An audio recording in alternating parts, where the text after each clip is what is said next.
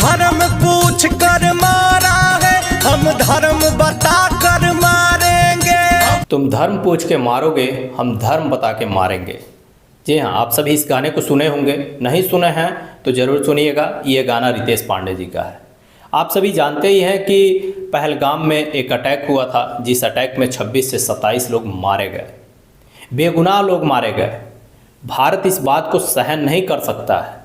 भारत पूरी तरह से एक्शन मोड में है। तो इसी को देखते हुए भोजपुरी के जो हमारे सिंगर हैं, तमाम सारे सिंगर हैं, किसी भी घटना को लेकर के या किसी भी सामाजिक जो चीज़ें हैं उसको लेकर के अपने गाने के माध्यम से लोगों तक पहुंचाने का प्रयास करते हैं। इसी बीच रितेश पांडे इस गाने को गाए कि तुम धर्म पूछ के मारोगे तो हम धर्म बता के मारेंगे।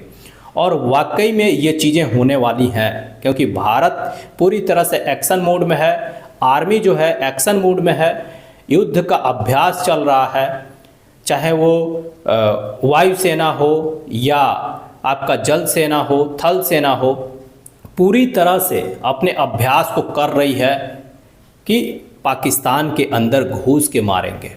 क्योंकि जो 26 से 27 लोग बेगुनाह थे, उन्हें अटैक में मारा गया, उनके ऊपर अटैक किया गया पाकिस्तान की तरफ से। ये बिल्कुल निंदनीय है और इसे भारत कभी सह नहीं सकता है।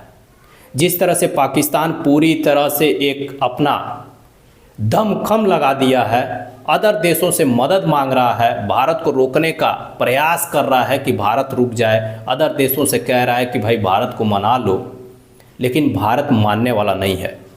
क्योंकि भारत के साथ लगभग सभी देश तैयार हैं कि ऐसा अगर पाकिस्तान करता है तो उसे मुंहतोड़ जवाब देना चाहिए। और भारत पूरी तरह से अपने युद्ध का अभ्यास कर रहा है, युद्ध करेगा ही और पाकिस्तान के अंदर घुस करके मारेगा। तो ये गाना जो आया है ये बहुत ही मस्त गाना है और इस पे सटीक गाना है रितेश पांडे का कि तुम धर्म पूछ के मारोगे तो हम धर्म बता के मारेंगे। क्योंकि पहलगाम जो अटैक हुआ था उसमें जितने लोगों पे गोलियां चलाई गई थी पाकिस्तान के आतंकवादी के तरफ से, तो वो चलाई गई सिर्फ क्यों? उसे धर्म पूछ करके चलाई गई। तो इस तरह से करना निंदनीय था और पाकिस्तान इस बात को ज़रूर याद रखे कि अगर ऐसा किया है तो उसका समय आ चुका है और वो खुद अपने आप में भुगत लेगा।